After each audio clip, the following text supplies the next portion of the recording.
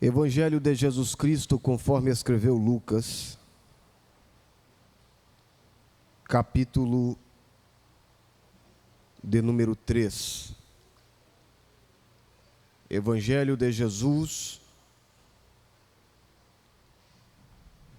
conforme escreveu Lucas, capítulo de número 3. A minha gratidão ao bondoso Deus do céu por esta bendita oportunidade que Ele concede-me em uma vez mais ser mordomo da Igreja de Cristo. Minha palavra de gratidão ao pastor da igreja, aos coordenadores deste trabalho, desta vigília, a minha profunda gratidão.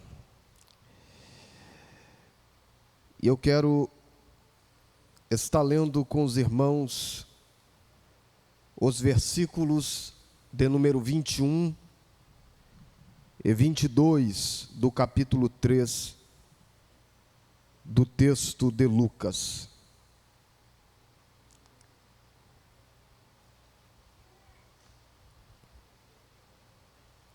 Já são 4h38 da matina, e até aqui o Senhor tem nos sustentado. Eu tenho disposição de fazer uma manhã com Deus também. Chegamos até aqui, irmãos. Se te convidar para caminhar uma milha, vai 2.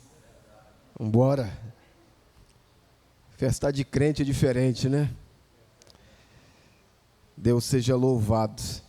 Está escrito assim: e aconteceu que, como todo o povo se batizava, sendo batizado também Jesus, orando ele, o céu se abriu e o Espírito Santo desceu sobre ele em forma corpórea, como uma pomba.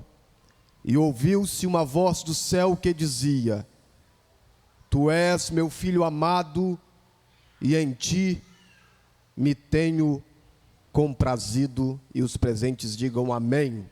Amém. Assentai-vos com muito ânimo, com muita determinação, com o texto sagrado aberto, sem cochilar. Eu sei que Deus já falou com alguns aqui em sonhos.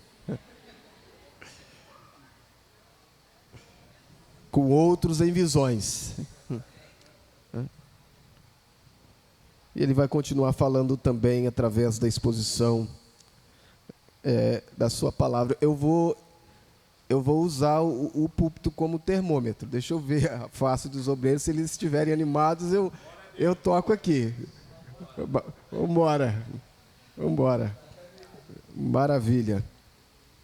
Meus amados, dai-me a sua atenção por alguns minutos,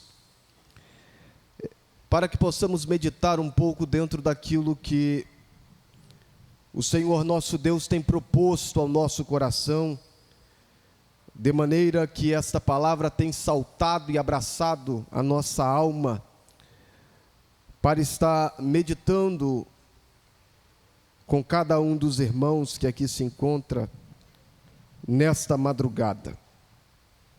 Eu quero aqui, dentro do tempo que eu tenho, falar, mesmo que de maneira sucinta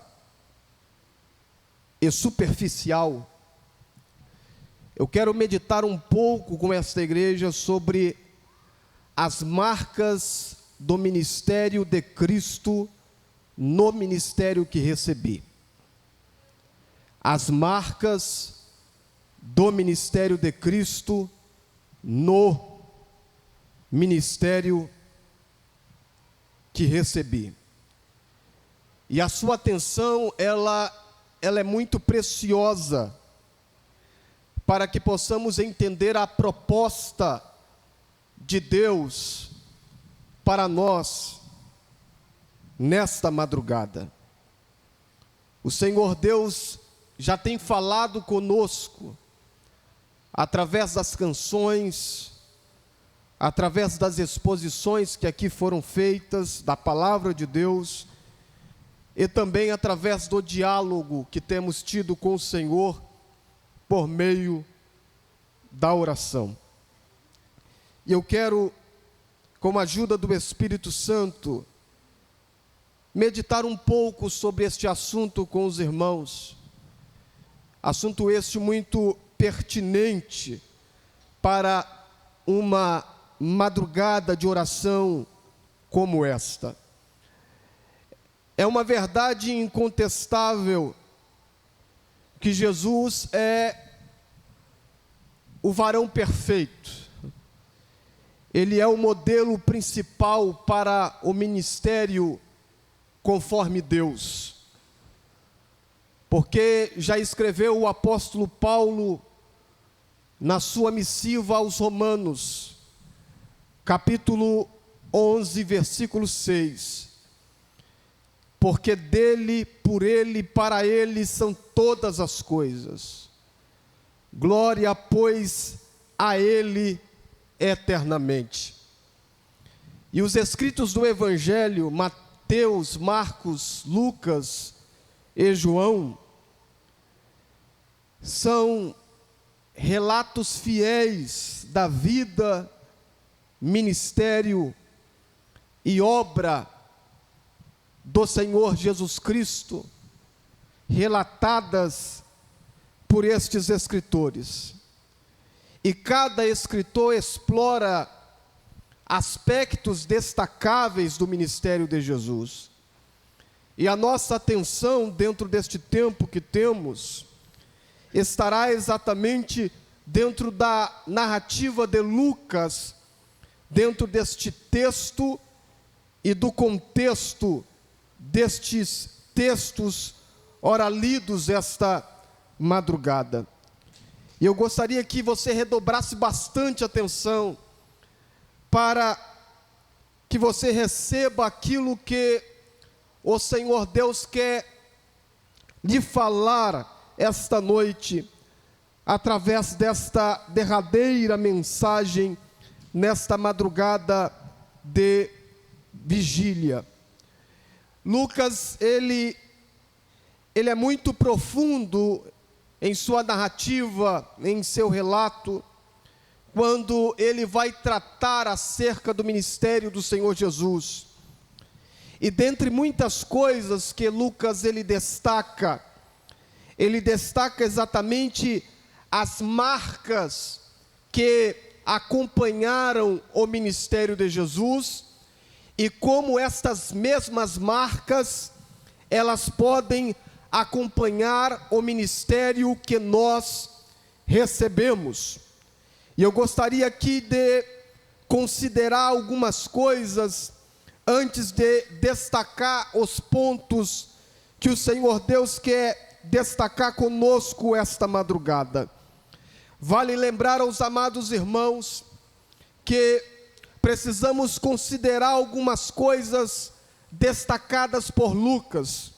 Por exemplo, precisamos considerar que Lucas, ele apresenta a infância de Jesus, e ele apresenta a infância de Jesus de maneira proposital, porque precisamos considerar que Jesus passou pelo processo do crescimento. Jesus passou pelo processo do crescimento. O texto de Lucas, no capítulo 2, versículo 39, versículo 40 e versículo 52, do escrito do Evangelho, mostra-nos este processo de crescimento pelo qual passou Jesus. Precisamos considerar que Jesus passou pelo processo de crescimento. E quero ressaltar aqui aos irmãos que existem aqueles que crescem, existem aqueles que pararam de crescer, e existem aqueles que pensam que estão crescendo. Existem aqueles que crescem, Existem aqueles que pararam de crescer, e existem aqueles que pensam que estão crescendo. O texto de Lucas, do escrito do Evangelho, no capítulo 2, versículo 40, o texto não diz, e o menino cresceu, mas o texto diz, e o menino crescia. O texto não diz, e o menino cresceu. O texto diz, e o menino crescia. O que nós podemos aprender com isto? Nós podemos aprender o seguinte, que Jesus, mesmo morando em um lugar desconhecido e discriminado, Jesus não deixou de crescer. Vou repetir, Jesus mesmo morando em um lugar desconhecido e discriminado, Jesus não deixou de crescer. Porque Lucas capítulo 2, versículo 39, o texto diz, voltaram a Galileia, para a sua cidade de Nazaré. Versículo 40, e o menino crescia. Nas palavras de Natanael, no capítulo 1 do texto de João, versículo 46, Natanael pergunta, pode vir alguma coisa boa de Nazaré? Nazaré era um vilarejo que ficava no noroeste do território israelita, entre as montanhas. E neste vilarejo, boa parte dos seus moradores eram camponeses, carpinteiros, artesãos e agricultores. Agora, vale aqui destacar que Nazaré, nas páginas do Antigo Testamento, é um lugar totalmente desconhecido. Nazaré é um lugar totalmente desconhecido. Nas páginas do Novo Testamento, Nazaré não é apenas desconhecida, Nazaré, ela também é discriminada. Mas existe uma história de Nazaré antes de Jesus e existe uma história de Nazaré depois de Jesus.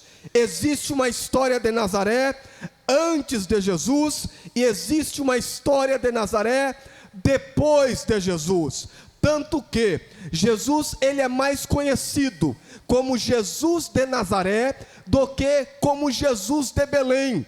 Apesar dele ter nascido em Belém, mas ele é mais conhecido como Jesus de Nazaré do que Jesus de Belém.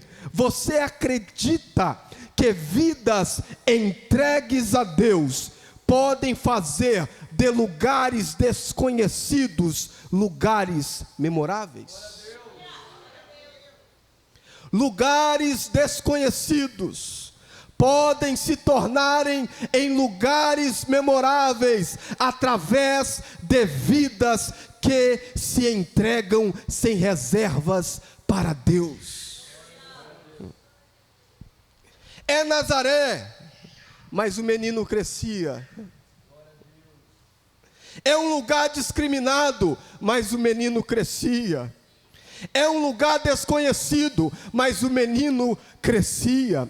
É um lugar desfavorável, mas o menino crescia. Deus independe do lugar para nos dar crescimento.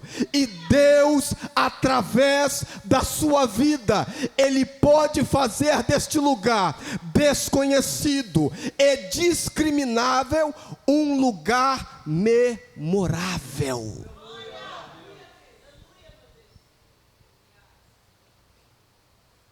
Jesus passou pelo processo do crescimento. E precisamos considerar isto. Precisamos entender também que mesmo sendo quem era, Jesus, ele não burlou etapas. Por que digo isto? Porque ele teve que passar pelo processo do crescimento. Jesus, ele não apareceu grande, ele crescia.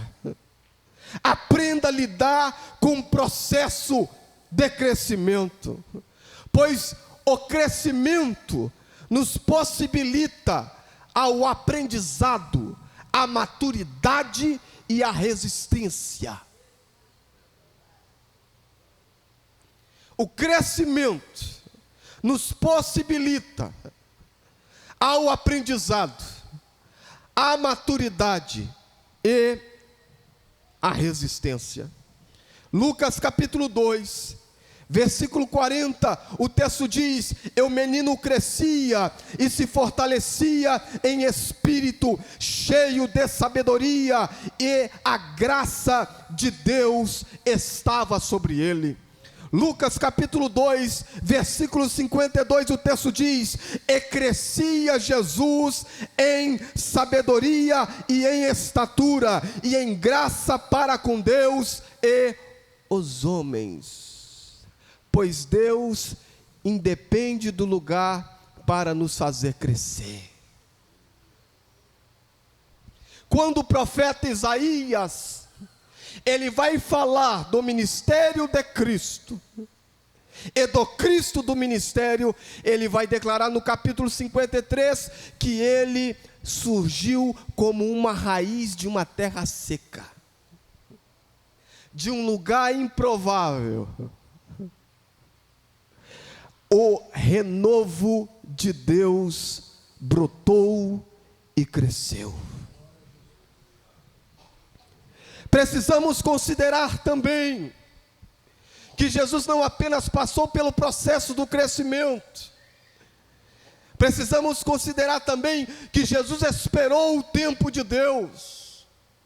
Quando Mateus escreve o escrito do Evangelho, no capítulo 3, versículo 15, ele lança a luz a esta verdade, quando Jesus fala com João Batista: deixa por agora, porque assim nos convém cumprir toda a justiça. O tempo de Deus havia chegado. Jesus esperou o tempo de Deus. Jesus se preparou para o tempo de Deus, e Jesus, ele foi preparado pelo próprio Pai durante 30 anos, para exercer um ministério de aproximadamente 3 anos. E quero destacar aqui algo: o tempo da nossa preparação pode definir a profundidade de nossa eficiência no ministério. Eu vou repetir: o tempo da nossa preparação pode definir a profundidade da nossa eficiência no ministério. Porque quanto mais somos preparados por Deus, mais eficiente o nosso ministério será. Existem alguns que se preparam pouco para exercer um ministério a longo prazo. Agora, existem aqueles que são preparados por muitos anos, mas exercerão a curto prazo um profundo e eficiente ministério. E precisamos considerar que Jesus, ele esperou o tempo de Deus, e o batismo de Jesus é o selo da sua decisão. Jesus estava selando a sua decisão quando ele se sujeita às águas batismais de cumprir toda a vontade do Pai Celestial. E o cenário do batismo de Jesus contém verdades profundas que acompanharam todo o seu ministério público. E vale destacar aos amados irmãos que os 4 escritos do Evangelho, Mateus no capítulo 4, Marcos no capítulo 1, Lucas no capítulo 3 e João no capítulo 1, falam a respeito do batismo de Jesus. E os versículos, ora lidos esta madrugada, está nos apontando, através do texto de Lucas, este cenário do batismo de Jesus. E dentro deste cenário, nós conseguimos detectar elementos que acompanharam todo o ministério público de Jesus. E o que nós encontramos no batismo de Jesus e em seu ministério, que devemos ter no ministério que recebemos. Primeiro, precisamos ter no ministério que recebemos, porque Jesus teve no dele um ministério marcado pela oração. Você pode repetir? Um ministério marcado pela oração. Mais uma vez para despertar. Um ministério marcado pela oração. Existe um detalhe na narrativa de Lucas que merece atenção. Nem Mateus, nem Marcos e nem João vai destacar este detalhe, mas Lucas apresenta este detalhe no versículo 21, e aconteceu que, como todo o povo se batizava, sendo batizado também Jesus, orando ele. Só Lucas dá este detalhe. Embora todos os evangelistas tenham registrado o batismo de Jesus, apenas Lucas, somente Lucas, nos informa que, ao ser batizado, Jesus, ele orava. E esta foi uma das marcas do ministério de Jesus. E Lucas é o escritor do evangelho que mais destaca, mais do que qualquer outro, a intensa vida de oração de Jesus. Tanto que o escrito do evangelho de Lucas, ele é cognominado de o evangelho da oração. Por que digo isto?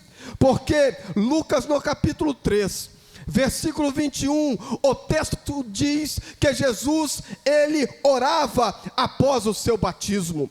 Lucas capítulo 5, versículo 15 e versículo 16, nos mostram pessoas querendo ouvir Jesus, e enfermos querendo ser curados por Jesus, porém, ele se retirava para os desertos para orar. Lucas capítulo 6, versículo 12, o texto nos mostra que ele passou a noite em oração antes de eleger os seus 12 apóstolos.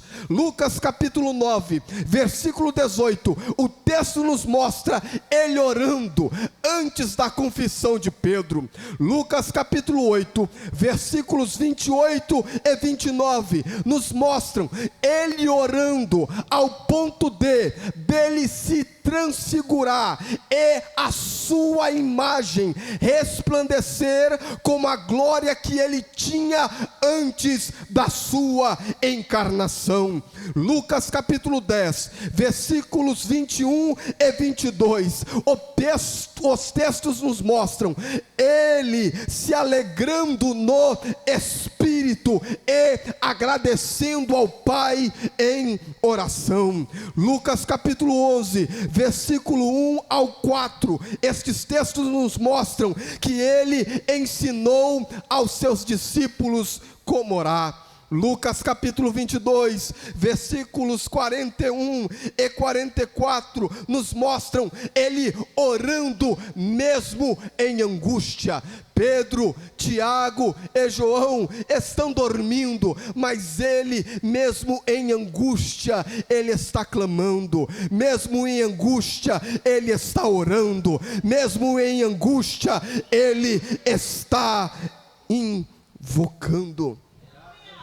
Lucas capítulo 23, versículo 46 nos mostra ele orando, ele clamando, pois ele ali estava concluindo a sua obra no Calvário.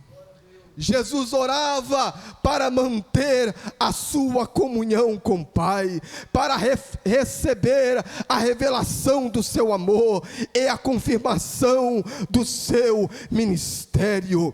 A oração é a vida da igreja, porque era a vida de Jesus.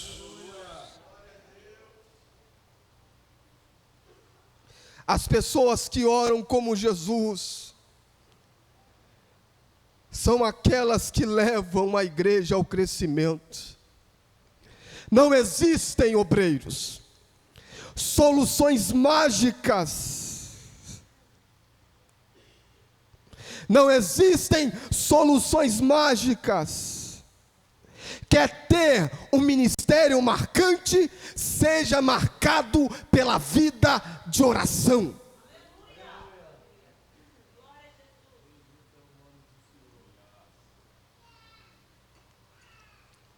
Quer ter um ministério marcante?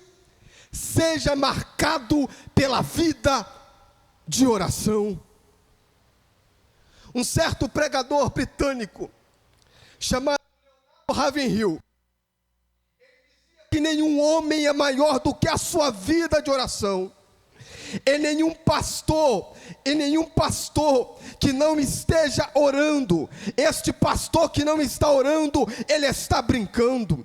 E as pessoas que não estão orando, estão se desviando. O púlpito pode ser uma vitrine para apresentar os seus talentos, mas o quarto de oração não aceita exibicionismo.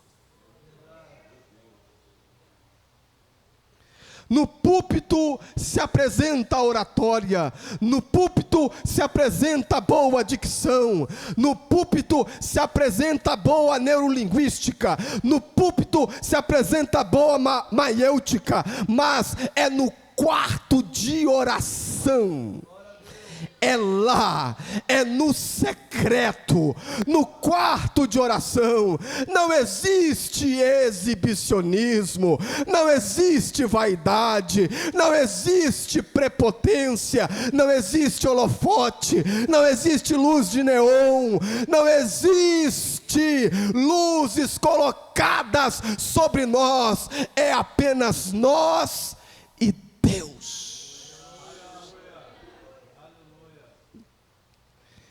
Charles Spurgeon dizia que orar é subir com asas de águia acima das nuvens e chegar ao céu claro, habitado por Deus. É entrar na casa do tesouro do Senhor e fartar-se de uma fonte inesgotável. Há alguém que entrou na casa real esta madrugada. Há alguém que entrou na sala do tesouro esta madrugada. E este alguém está desfrutando desta fonte inesgotável que emana dos celeiros de Deus. Os nossos celeiros são limitados, os celeiros de Deus são intermináveis. Deus tem mais, Deus tem muito mais, Deus tem mais para cada um de nós. Estamos entrando na casa do tesouro e estamos tomando posse dos tesouros de Deus esta madrugada. Enquanto eu prego a palavra do Senhor, toxinas que provocam cansaço emocional, físico ou mental está sendo neutralizadas esta noite, para que você entenda: Deus tem muito mais para nós ainda na madrugada deste dia.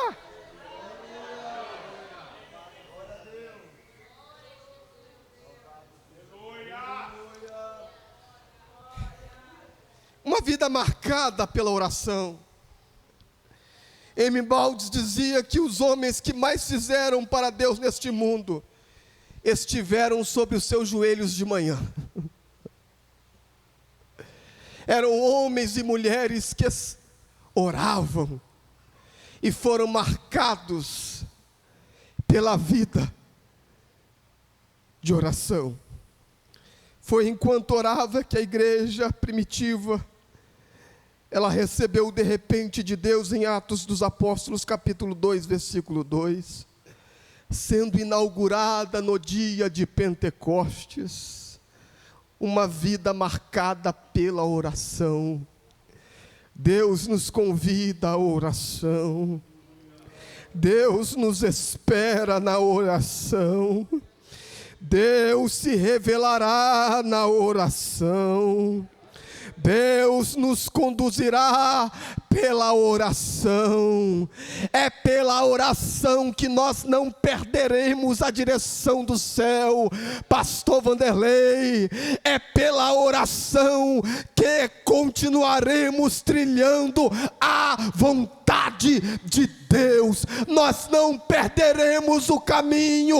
Deus continuará nos conduzindo pela oração. Você ora e Deus te direciona. Quem ora não fica perdido. Quem ora sabe por onde caminhar. E precisamos, amados, ser marcados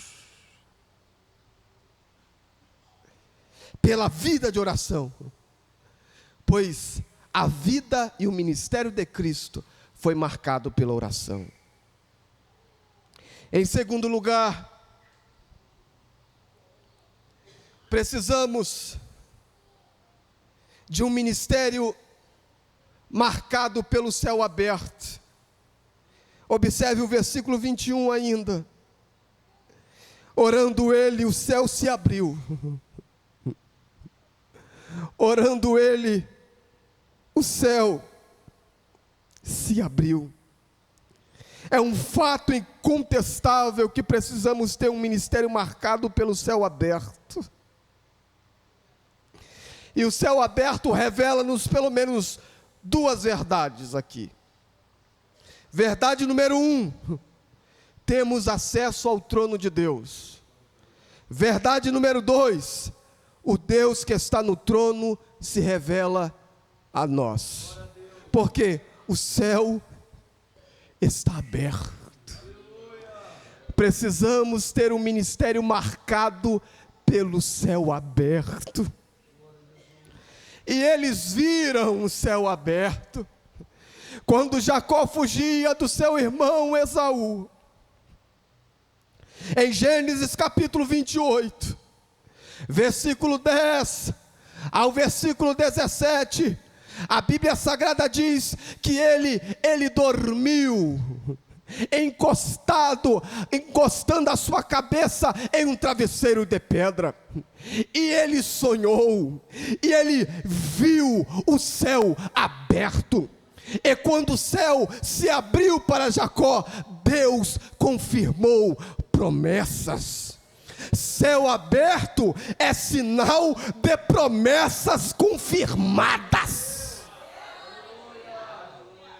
Eles viram o céu aberto. Isaías no capítulo 6, versículos de 1 ao 9, Isaías no ano em que morreu o rei Uzias, ele viu o céu aberto. Ele não podia entrar no Santíssimo aqui na terra, mas ele entrou no Santíssimo lá no céu. Ele adentrou a sala do trono real e viu o Senhor assentado sobre um alto e sublime trono, e o seu ministério nunca mais foi o mesmo. Eles viram o céu aberto. Ezequiel no capítulo 1, versículo 1, o céu se abriu e ele teve visões de Deus. Visões de Deus. eles viram o céu aberto. Quando Estevão estava sendo perseguido e odiado, e aqueles que ouviam o jovem pregador Estevão estavam movidos por um sentimento infernal, porque o texto diz que eles rangiam os seus dentes, e ranger de dentes se terá no inferno. Então se entende que eles estavam contagiados por um sentimento infernal. Enquanto eles estavam contagiados por um sentimento infernal, por causa da pregação de Estevão, por causa da ousadia de Estevão, odiando e perseguindo Estevão, a Bíblia diz que ele, cheio do Espírito Santo, ele viu os céus abertos. Eles viram o céu aberto. Quando João, no livro do Apocalipse, capítulo 4, ele está na ilha de Pátimos, ele vê uma porta aberta no céu. E quando ele é arrebatado para dentro daquela porta, ele vê Deus assentado no trono. Ele vê de onde parte o comando de todo o universo. Eles viram o céu aberto. E Jesus teve um ministério marcado pelo céu aberto. Enquanto ele falava com Natanael, no escrito do Evangelho, conforme escreveu João, capítulo 1, versículos 50 e 51, o texto diz: Jesus respondeu e disse-lhe: vi-te debaixo da figueira, crês? Coisas maiores que estas verás. E disse-lhe: na verdade te digo que daqui em diante vereis o céu aberto e os anjos de Deus subirem e descerem sobre o Filho do Homem. Jesus estava dizendo: o meu ministério é marcado pelo céu aberto. Precisamos, amados, ter o nosso ministério marcado pelo céu aberto. Triste é para aquele que exerce ministério e tem o céu fechado sobre ele. Santos obreiros, precisamos ter o ministério marcado pelo céu aberto. Ministério marcado pelo céu aberto. Em terceiro lugar, já estou caminhando para o final. Precisamos ter um ministério marcado pela vida de oração. Precisamos ter um ministério marcado pelo céu aberto. E em terceiro lugar, precisamos ter um ministério marcado pelo poder do Espírito. Observe o versículo 22 do capítulo 3 do escrito do Evangelho, conforme escreveu Lucas. E o Espírito Santo desceu sobre ele. Você pode dizer amém? E o Espírito Santo desceu sobre ele. Antes de Jesus desempenhar o seu ministério público, ele foi ungido. E é isto que Lucas propõe aqui no seu texto. A ideia de Lucas aqui, neste capítulo 3, versículo 22, não é uma ideia chamada de adocionista. A ideia de Lucas aqui não é uma ideia adocionista, isto é, Jesus se tornou Cristo quando o Espírito desceu sobre ele. Não é esta a ideia de Lucas. A ideia de Lucas aqui é mostrar que para exercer o seu ministério messiânico em sua plenitude, Jesus recebeu a capacitação do Espírito Santo, e isto ocorre exatamente no seu batismo no Jordão. Por isso Pedro, quando ele prega lá na casa de Cornélio, no capítulo 10, versículo 38, ele diz: como Deus ungiu a Jesus de Nazaré com o Espírito Santo e com poder. Jesus, ele é ungido exatamente ali, no ato batismal, quando o Espírito Santo desce sobre ele, para que ele pudesse cumprir o seu ministério messiânico. E na perspectiva de Lucas, Jesus, ele é chamado de o homem pneumático, o homem do Espírito. Ele não é chamado apenas de o homem pneumático, ele é chamado também de o Cristo carismático, aquele que prega, aquele que exerce o ministério, mas exerce sob o poder do Espírito Santo. Precisamos ter um ministério marcado pelo poder do Espírito Santo. Por isso, Pedro, ainda no capítulo 10, versículo 38, em Atos dos Apóstolos, ele diz que Jesus, ele andou fazendo bem e curando a todos os oprimidos pelo diabo, porque Deus era com ele. Tuta também o poder de Deus sobre a minha vida. Ele me dá dinamismo.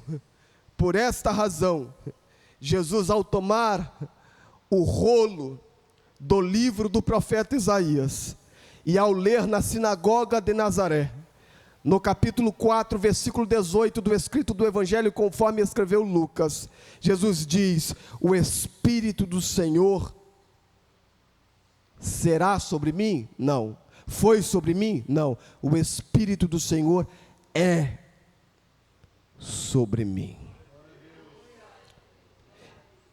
Ele nem foi e nem será. O Espírito do Senhor é sobre mim. E para que o Espírito do Senhor é sobre mim?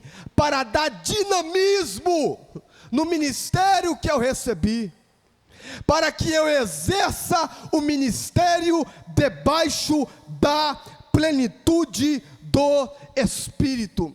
Por isso que logo após Jesus receber a notícia da prisão do Batista, conforme o escrito do Evangelho, conforme escreveu Mateus, capítulo 4, versículo 12, o texto diz que Jesus, ele volta para a Galileia. O versículo de número 17, do mesmo capítulo 4 do Evangelho, conforme escreveu Mateus, diz que desde então começou Jesus a pregar. Porque Jesus, ele volta para a Galileia no dinamismo do Espírito. Jesus, ele volta para a Galileia no dinamismo do Espírito. Por isso que no mesmo capítulo 4 do texto de Mateus, versículos 23 e 24, Mateus vai declarar: e percorria Jesus toda a Galileia, ensinando nas suas sinagogas e pregando o evangelho do reino e curando todas as enfermidades e moléstias entre o povo, e a sua fama correu por toda a Síria. Olha o que o poder do Espírito do Senhor sobre a vida de Jesus fez com que ele exercesse. Ele percorria, ele ensinava e ele curava. Ele percorria, ele ensinava, ele pregava e ele curava.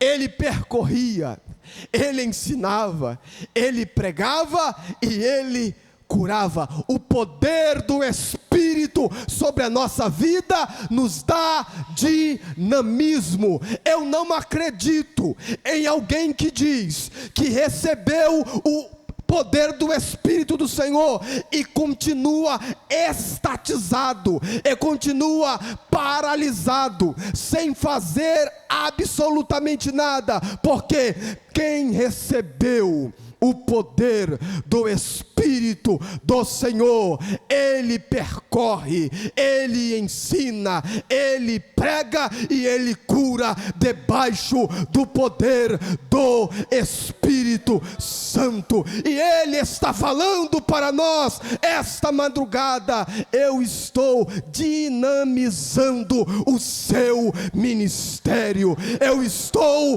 dinamizando o seu ministério. Você não passou esta madrugada simplesmente para mostrar para A ou mostrar para B que você é alguém que ora. Você veio aqui para que o Espírito Santo de Deus venha dar dinamismo ao seu ministério. Se é ensinar, você ensinará debaixo do poder do Espírito Santo. Se é pregar, você pregará debaixo do poder do Espírito Santo.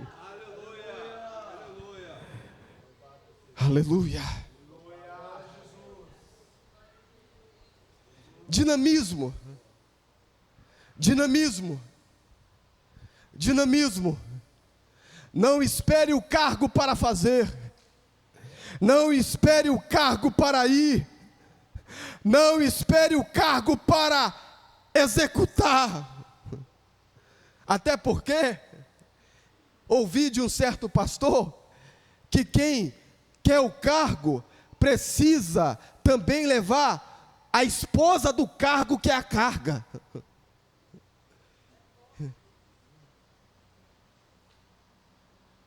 E você está disposto a levar a esposa do cargo, que é a carga?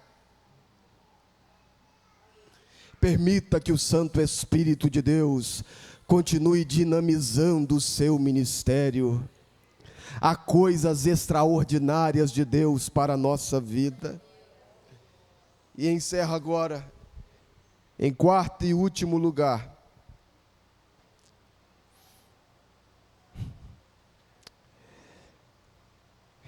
Em quarto e último lugar. Precisamos de um ministério marcado pelo testemunho de Deus. Você pode dizer amém? Amém. Versículo 22 do capítulo 3 do texto de Lucas. E o Espírito Santo desceu sobre ele em forma corpórea, como uma pomba, e ouviu-se uma voz do céu que dizia: Tu és o meu filho amado, e em ti me tenho comprazido. Não poderia ser diferente. O eterno Pai testemunha de seu unigênito Filho. Tu és o meu filho amado, e em ti me tenho comprazido. Precisamos ter um ministério marcado pelo testemunho de Deus. Preste atenção nisso aqui. Eu sei que você está cansado. Precisamos ter um ministério marcado pelo testemunho de Deus. É muito bom e agradável quando os homens falam a respeito de nós. Mas melhor ainda é quando Deus fala a respeito de nós. E nós precisamos ter um ministério marcado pelo testemunho de Deus. E eu só quero pincelar uma coisa aqui, porque eu não tenho tempo mais. Jesus, ele ouve a voz do Pai em seu ministério. E esta voz, ela soa do céu, no começo do seu ministério, no meio do seu ministério e no final do seu ministério. Essa voz do Pai, de maneira audível, soa no começo do seu ministério, por ocasião do seu batismo, no meio do seu ministério, por ocasião da sua transfiguração, e já no final do seu ministério, quando ele já estava à sombra da cruz, em João capítulo de número 12, a voz de Deus esteve presente no ministério público de Jesus, no começo, no meio e no fim. Precisamos ter um ministério marcado pelo testemunho de Deus. Essa tem sido a marca do ministério que você recebeu? Ele é marcado pela voz do céu? O que o céu tem falado acerca de nós? Irmão Fernando, eu passei uma madrugada como esta e o senhor tem dúvidas ainda de que o céu está falando coisa boa a respeito de mim? Mas a pergunta continua no ar. O que o céu tem falado acerca de nós? Qual é o testemunho que Deus pode dar acerca da sua vida e do seu ministério? Abraão, ele chamou de amigo. Jesus, que é o seu filho unigênito, ele chamou de meu filho amado. Antipas, lá no Apocalipse, Jesus chama de minha fiel testemunha. Qual é o testemunho que o céu tem dado ao nosso respeito? Que possamos, amados, esta madrugada, entender que Jesus teve marcas em seu ministério messiânico, e estas marcas, dentre muitas, pois são muitas, se manifestaram pela vida de oração, pelo céu aberto, pelo poder do Espírito e o testemunho do Pai acerca dele. Se coloque sobre os pés, no nome de Jesus.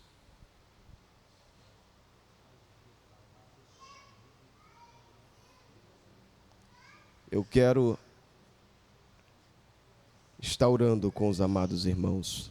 Pai, lhe dou graças no começo deste dia, Senhor. Lhe rendemos ações de graças pela Tua palavra.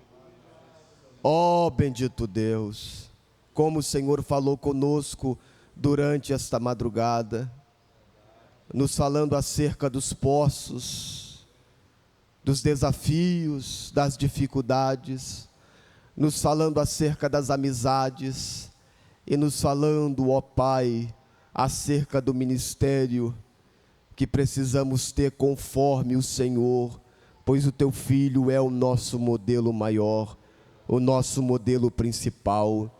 Senhor, que esta madrugada que passamos perante a Tua augusta presença, possa reverberar, Senhor, por longos dias, dias de milagres, dias, ó Pai, miraculosos em que o Senhor estará trabalhando em prol do Teu povo e daqueles que em Ti esperam.